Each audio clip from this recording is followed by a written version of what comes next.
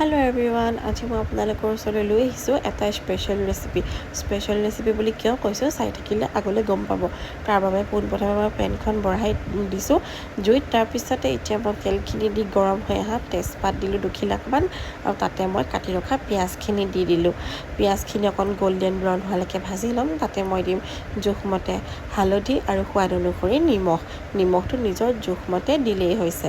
আৰু এতিয়া এইখিনি আকৌ অকণ ভাজি ল'ম। ভাজি লোৱাৰ পিছত যেতিয়া আৰু অকণ গল্ডেন ব্ৰাউন হ'ব তাতে মই দিম আদা নহৰুৰ পেষ্ট। আজি মই পেষ্ট ইউজ কৰিছোঁ দেই। আৰু তাৰপিছত সেইখিনি আকৌ অকণ ঢাকন দি মই ভাজি ল'ম। এতিয়া ভাজি লোৱাৰ পিছত অকণমান সেইখিনি মজি গ'ল। ইয়াতে চাওকচোন মই এতিয়া দিলোঁ লোকেল মুৰ্গী। আৰু আপোনালোকে চাগে ভাবিছে লোকেল মুৰ্গীটো ঠেং কিয় এখন, আচলতে আৰু ইখন ঠেং ছোৱালীজনীক দিলোঁ আকৌ এক্সট্ৰাকৈ বনাই, সেইবাবে এতিয়া এখন ঠেংহে আছে। আৰু এতিয়া মই মছলাটো ৰেডি কৰি ল'ম। তাৰ বাবে মই এটা বাটিত অলপমান জিৰা পাউডাৰ, অলপমান ধনিয়া পাউডাৰ আৰু অলপমান চিকেন মছলা পাউডাৰ দি লৈছোঁ। তাতে মই দিছোঁ অলপমান জালুকৰ পাউডাৰ আৰু অকণমান লাল মিৰ্চ পাউডাৰ। এতিয়া মই পানী দি পেলাই এইখিনি ধুনীয়াকৈ ঘুটি ল'ম, কাৰণ মছলাখিনি যদি ডাইৰেক্ট তেলত দিওঁ তেতিয়া পুৰি যাবও পাৰে। সেইকাৰণে মই অকণমান ঘুটি লৈছোঁ, তেতিয়া অকণো লাম্পছ নাথাকে আৰু মছলাখিনিও পেষ্ট কৰা নিচিনা হৈ যায়।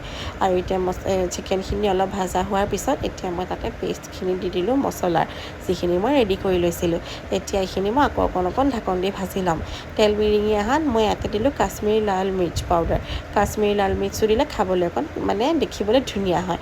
অকল খাবলৈ ভাল হ'লেই নহ'ব নহয়, নে কি কয়, দেখিবলৈতো ভাল হ'ব লাগিব। আৰু এতিয়া মই ইয়াত দিছোঁ কলডিল। কৈছিলোঁ নহয় স্পেচিয়েল ৰেচিপি, সেইবাবেই কৈছিলোঁ। কলডিল আমাৰ স্বাস্থ্যৰ কাৰণে যে ভাল চবেই জানে। এতিয়া মই আজি বনাইছোঁ কলডিল দি মুৰ্গী মাংস। আৰু অকণমান ভাজি হোৱাৰ পিছত ইয়াতে মই দিলোঁ আলুখিনি অকণ দেৰিকৈ দিছোঁ, যিহেতু লোকেল মুৰ্গী সিজোতে অকণ টাইম লাগে। এতিয়া মই ইয়াতে দিলোঁ দুটা জলকীয়া কেঁচা ফ্লেভাৰৰ কাৰণে, আৰু লাষ্টত মই দিলোঁ গৰম মছলা পাউডাৰ। আৰু এইখিনি মোৰ হৈ গ'ল আজি কলডিলেৰে লোকেল মুৰ্গী মাংস।